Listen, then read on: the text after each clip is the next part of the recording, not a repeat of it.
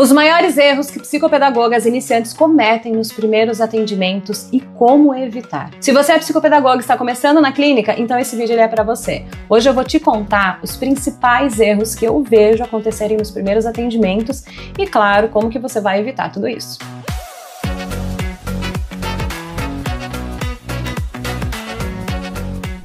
Primeiro erro, improvisar na primeira sessão. Muitas iniciantes chegam no consultório sem um roteiro mínimo do que deve ser seguido. E isso causa ansiedade tanto na profissional quanto na família que está ali para ser atendida por você. Nesse primeiro momento é extremamente importante, aliás, em todos os atendimentos, tá? Em todas as sessões é importante que você tenha um roteiro muito claro do que você tem que seguir, do que você tem que fazer naquela sessão. Primeira sessão de entrevista inicial com os pais é onde você vai levantar informações importantes para iniciar o seu processo de avaliação psicopedagógica, o seu processo de atendimento. E essa primeira sessão, ela deve sim ter um roteiro para você se organizar. Esse roteiro eu gosto de separar em 3 partes. A primeira parte é acolhimento da família, levantamento de informações importantes ali da anamnese. A segunda parte, o segundo momento dessa primeira sessão é justamente o momento onde você vai explicar o seu trabalho, o que você faz, como que você vai ajudar o paciente, o que vai acontecer ali, e você tem que ter muito clareza disso. E o último momento dessa entrevista inicial, dessa sessão, é justamente onde você vai fechar a avaliação psicopedagógica e já introduzir a intervenção. É o momento de fechamento, onde vocês vão combinar horários, valores, onde tudo isso vai acontecer. Não ter essa estrutura mínima vai fazer com que você se perca no processo, que você acabe ali fazendo perguntas que não precisam ser feitas nesse momento, acabe passando do tempo da sessão ou deixando de colher informações que são importantes e pior, tá? Pior, vai fazer com que você fique lendo um questionário para a família responder. Essa não é a forma mais adequada para você fazer essa primeira sessão. Então, primeiro erro, já não vai fazer mais. Erro número 2, querer aplicar todos os testes nessa primeira sessão, nesse primeiro encontro. Eu sei que muitas psicopedagogas iniciantes, eu sei que muitos profissionais que estão iniciando na área clínica têm esse grande receio, essa grande aflição de ter que aplicar os testes. Como que eu vou aplicar os testes? Quais testes eu tenho que aplicar? E se vai dar tempo de aplicar tudo isso que você está vendo na internet. Calma. Calma, porque os testes, a aplicação dos testes não é a parte mais importante do seu atendimento, não é a parte mais importante da sua avaliação psicopedagógica. É óbvio que você vai usar, sim, os testes, as atividades para avaliar o seu paciente, mas nós nos preocupamos muito mais com outra coisa, que é o desenvolvimento da sessão, o seu olhar, o paciente que está ali na sua frente, o que ele está te trazendo. E essa aflição, essa necessidade de querer aplicar muito mais testes, porque principalmente por achar que você vai ser mais reconhecida pelos nomes dos testes que você colocar no seu relatório, que as pessoas vão te dar mais valor, você vai passar a imagem de ter mais conhecimento, tudo isso não vale nada se você não der resultado na vida do seu paciente. Então, a gente não foca no teste, porque se você foca o seu olhar 100% no teste, você vai perder o seu paciente, você vai perder detalhes importantes. Nós usamos os testes como os nossos aliados. Então ele é uma ferramenta, um recurso que nos ajuda a direcionar o nosso olhar clínico, o nosso raciocínio clínico para entender o que está acontecendo com o nosso paciente. Mas jamais foque a sua sessão na aplicação dos testes. Então, separei 5 testes, eu estou correndo contra o tempo, eu preciso aplicar todos eles. Esse é um erro que você deve evitar, principalmente quem está no início da jornada. Foque no seu paciente, na escuta ativa, em perceber o que está acontecendo. É melhor aplicar menos testes com mais qualidade do que a quantidade, do que aplicar um monte de teste que no final você não vai saber o que fazer com aqueles resultados. Então, dedica, escolham atividades que realmente vão te ajudar a avaliar a necessidade daquele paciente, atividades que realmente vão fazer com que você desenvolva o seu olhar clínico e o seu raciocínio clínico, que vão guiar o seu olhar durante essa investigação psicopedagógica. Você está ali para investigar e o teste está ali para ser um apoio, mas nada substitui o seu olhar atento, o seu ouvido atento, o seu raciocínio clínico.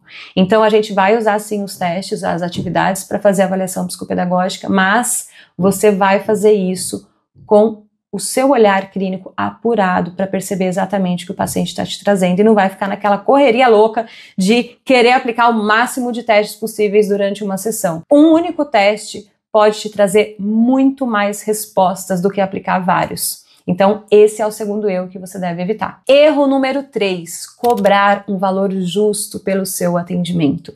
E esse é um erro gigante aqui de quem está iniciando na profissão, essa sensação e essa impressão de que por você estar começando, você deve cobrar barato, você deve cobrar baratinho, você deve cobrar um valor mais acessível. Sabe aquela sensação de que, as famílias do meu bairro não têm condições de pagar pelo meu atendimento? Mentira! Eu estou começando agora e eu preciso cobrar baratinho porque eu ainda não tenho experiência? Mentira! Se cobrar barato vai fazer com que você comece do jeito errado. Por quê?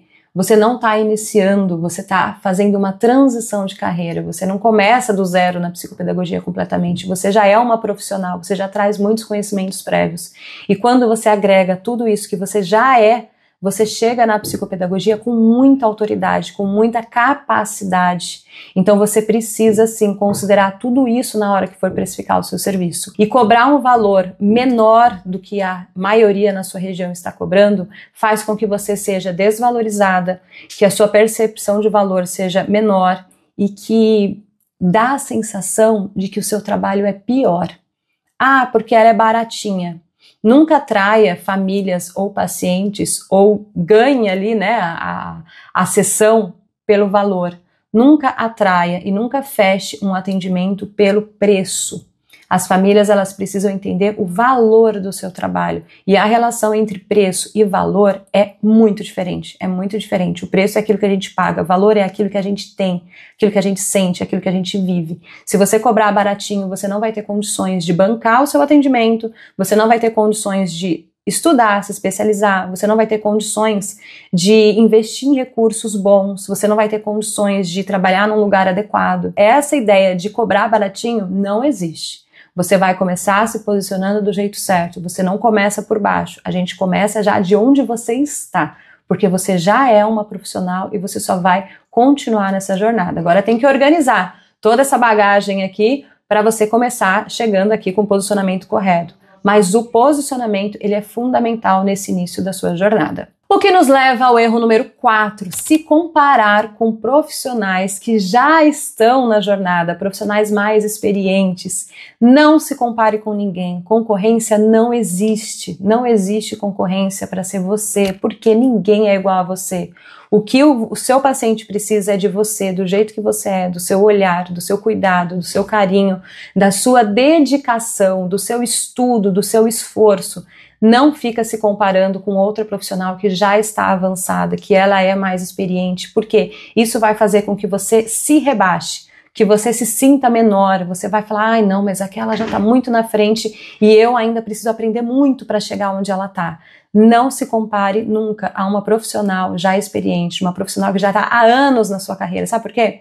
Porque essa profissional, ela já chegou lá. Então imagina uma escada, essa profissional já subiu uns degraus aí à sua frente. Você também vai subir os mesmos degraus. E essa profissional, ela não pulou o degrau até lá em cima. Ela subiu um degrau por vez. E ela já foi igual a você hoje. Ela já precisou subir também o primeiro degrau. Nunca se compare com uma profissional que já está no auge, porque você não conhece a história dela, você não sabe os perrengues que ela passou para chegar ali, você não sabe os desafios que ela teve para chegar ali.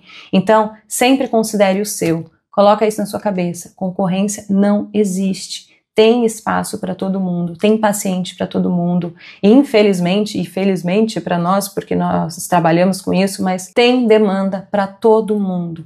Tem paciente para todo mundo. Todas as escolas estão com crianças com dificuldades de aprendizagem. Nós temos atendimentos com adultos, adolescentes, idosos. Tem pacientes para todo mundo. Fica tranquilo que a demanda está alta, a demanda está crescendo e assim como a demanda de atendimento está crescendo, maior está a demanda de profissionais qualificados no mercado de trabalho. Então, enquanto você está aí preocupado com a concorrência, você está deixando de desempenhar o seu melhor e o mercado de trabalho vai ficando sem o seu toque, sem o seu atendimento. E isso automaticamente vai deixando com que mais famílias sofram, mais pacientes sofram, mais pessoas que estão ali precisando, necessitando do seu atendimento, fique sem ninguém para atender. Então, foque naquilo que você é boa, foque naquilo que você sabe fazer, traga tudo isso para a psicopedagogia, aprenda a fazer o trabalho, o atendimento psicopedagógico, escolha um método, siga um método que vai te dar clareza, confiança, segurança, que vai te guiar durante todo esse processo. O atendimento psicopedagógico, ele é estruturado, ele deve ser estruturado, porque nós fazemos uma investigação, nós levantamos pontos importantes que devem ser estimulados para então planejarmos a nossa intervenção e ajudar o nosso paciente a ter mais qualidade de vida. Você precisa de um método, você precisa de um roteiro, você tem que seguir sim um passo a passo para estruturar o seu atendimento e aí sim se tornar uma profissional que vai realmente fazer a diferença na vida dos seus pacientes e na sua própria vida também. E se algum desses erros já aconteceu com você, comenta aqui, já passei por isso. Bora conversar. E se você quer continuar aprendendo sobre atendimento clínico com estratégias, informações e práticas, já se inscreve aqui no meu canal e me segue também lá no Instagram. Lá eu compartilho o meu dia a dia, técnicas de atendimento e muito mais. O link tá aqui na descrição desse vídeo e eu te espero lá. E claro, se ficou alguma dúvida naquilo que eu falei aqui, manda aqui pra mim nos comentários e bora conversar.